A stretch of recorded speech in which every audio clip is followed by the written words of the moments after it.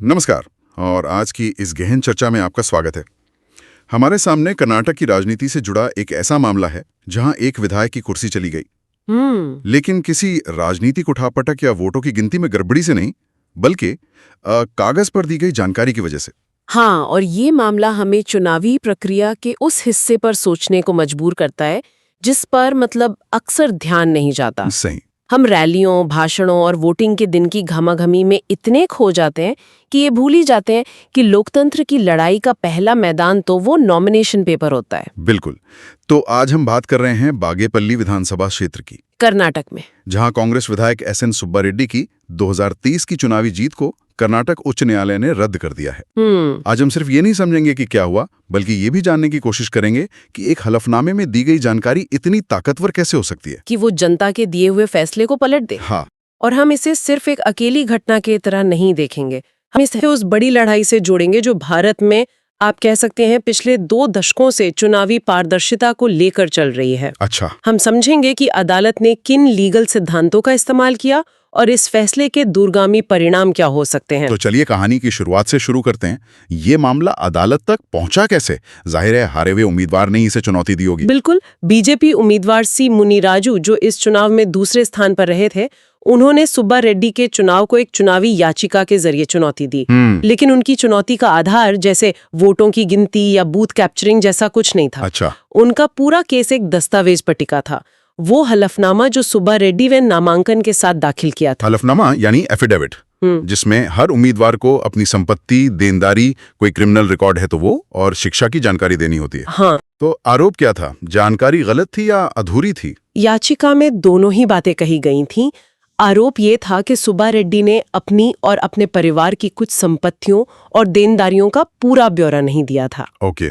अब यहाँ ये समझना जरूरी है कि ये सिर्फ एक फॉर्म भरने की प्रक्रिया नहीं है, ये जन प्रतिनिधित्व कानून 1951, representation of the people act 1951, हाँ, उसके तहत एक कानूनी जरूरत है।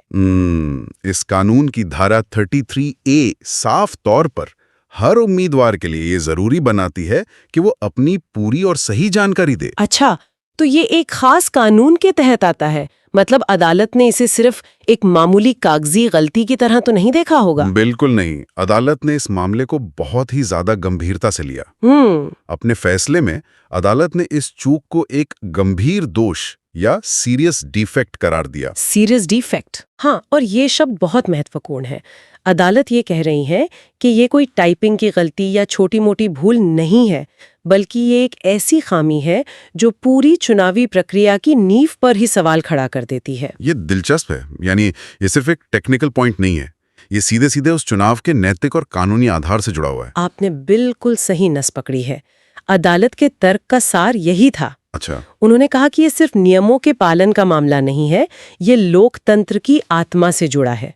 एक मतदाता जब वोट डालने जाता है तो उसे ये जानने का पूरा अधिकार है कि वह जिसे चुन रहा है उसकी आर्थिक स्थिति क्या है, उस पर कोई बड़ा कर्ज तो नहीं है, या उसके पास कोई ऐसी संपत्ति तो नहीं है जिसका स्रोत संदिग्ध हो। इसे ही इन्फॉर्म्ड चॉइस कहते हैं, है ना? बिल्कुल।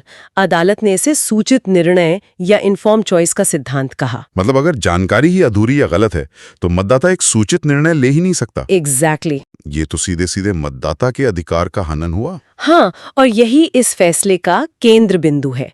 अदालत ने कहा कि जब एक उम्मीदवार जानबूझकर जानकारी छुपाता है तो वो मतदाता को धोखा दे रहा है और उनके जानने के अधिकार को छीन रहा है। और ये जानने का अधिकार कोई नई चीज नहीं है, इसकी नींव तो आज से करीब 2 दशक पहले 2002 में ही रख दी गई थी। अच्छा। जब सुप्रीम कोर्ट ने एसोसिएशन फॉर डेमोक्रेटिक रिफॉर्म्स यानी एडीआर मामले में एक ऐतिहासिक फैसला सुनाया था। एडीआर का मामला, हाँ, ये तो चुनावी सुधारों में एक मील का पत्थर माना जाता है। बिल्कुल। उसी फैसले ने उम्मीदवारों के लिए अपनी संपत्ति, देनदारी, शिक्षा और आपराधिक रिकॉर्ड का खुलासा करना अनिवार्य बना दिया था। सही। सुप्रीम कोर्ट ने तब कहा था कि यह पारदर्शिता स्वस्थ लोकतंत्र के लिए ऑक्सीजन की तरह है। तो कर्नाटक उच्च न्यायालय का ये फैसला एक तरह से उसी लंबी लड़ाई की एक बहुत मजबूत कड़ी है।